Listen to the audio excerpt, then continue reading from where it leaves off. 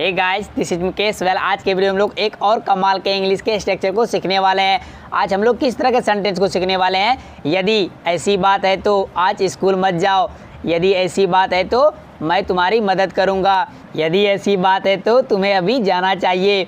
अगर ऐसी बात है तो हमें सच बोलना चाहिए। अगर ऐसी बात है तो वह नहीं आएगी। वेल फ्रेंड्स, आप इस तरह के सेंटेंस को इंग्लिश में किस तरह से बोलिएगा।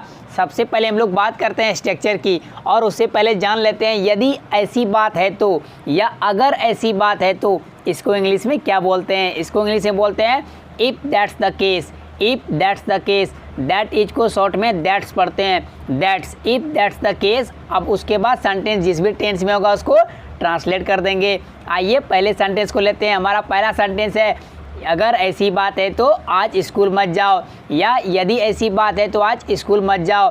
If that's the case don't go to school today. If that's the case don't go to school today.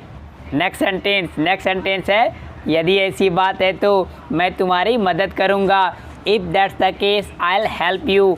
If that's the case I will help you. I will को शॉर्ट में बोलते हैं आई विल। वेल फ्रेंड्स, आइए next sentence को देखते हैं। अगर ऐसी बात है या यदि ऐसी बात है तो तुम्हें अभी जाना चाहिए। If that's the case you should go now. यदि आपको कहना अभी तुरंत जाओ, अभी तुरंत जाओ, तो बोलिएगा if that's the case you should go right now.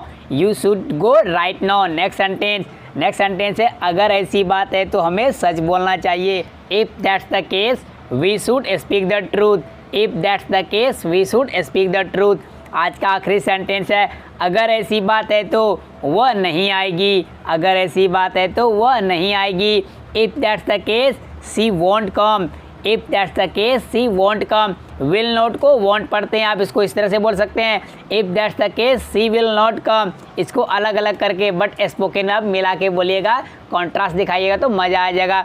Well friend, everyone, this is Mukesh. Well today in this video आज हम लोग बात करने वाले हैं पे ऑफ के बारे में और पेड ऑफ के बारे में। बिकॉज एक व्यूवर ने मुझसे पूछा था सर कि हम लोग पे ऑफ या पेड ऑफ का यूज हम लोग डेली लाइफ में किस तरह से कर सकते हैं। आइए हम लोग इसको डिटेल में जानते हैं। यार दोस्तों, मेरी तबीयत खराब होने के कारण मेरी जो आवाज़ जो है ना वो क्लियर नहीं हो पा रही है, फिर भी मैं आप लोग के लिए वीडियो बना रहा हूँ। ये पे ऑफ और पेड ऑफ ये एक फ्रेजल वर्ब है। मतलब पे का पास्ट फॉर्म होता है पेड, V2 और V3 दोनों होते हैं, ठीक है।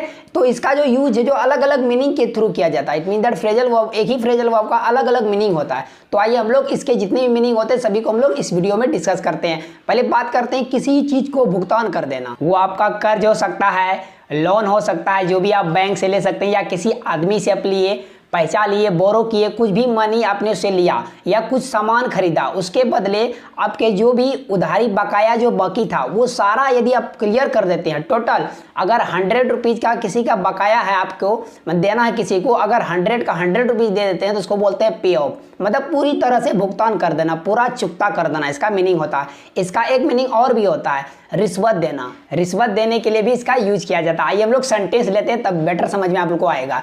वो अपने नौकर से खुश नहीं है, इसीलिए उसने उसके जो भी उसके पैसे बनते थे उसको वो भुगतान कर दिया। इट मीन दैट उस नौकर ने जितने भी दिन काम किए, 1 मंथ 2 मंथ जो भी उनके पैसे बनते हैं, तो मतलब वो टोटल भुगतान कर दिया, उसको नौकरी से निकाल दिया। तो इसको इंग्लिश में कैसे कहिएगा आप, he is not happy with his servant. वो अपने सर्वेंट से, नौकर से खुश नहीं है। That's why he paid him of. That's why he paid him of. यहाँ पर देखिएगा पे और ऑफ के बीच में एक ऑब्जेक्ट आया हिम।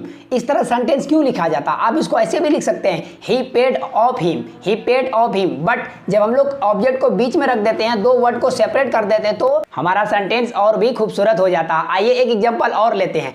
तुम्हें अपने बैंक लोन को भुगतान करना होगा या चुकाना होगा, वरना तुम गिरफ्तार हो सकते हो। इसको इंग्लिश में किस तरह से बोलिएगा, यू विल हैव टू पे your bank loan of otherwise you could be arrested. इसको इस तरह से बोल सकते हैं यू विल हैव टू पे of your bank loan otherwise you could be arrested. Well friends, I think आप इसको समझ चुके होंगे। जैसे रिश्वत देने के लिए भी इसका यूज कर सकते हैं, तुम्हें रिश्वत नहीं देना चाहिए, you should not pay off. You should not pay of.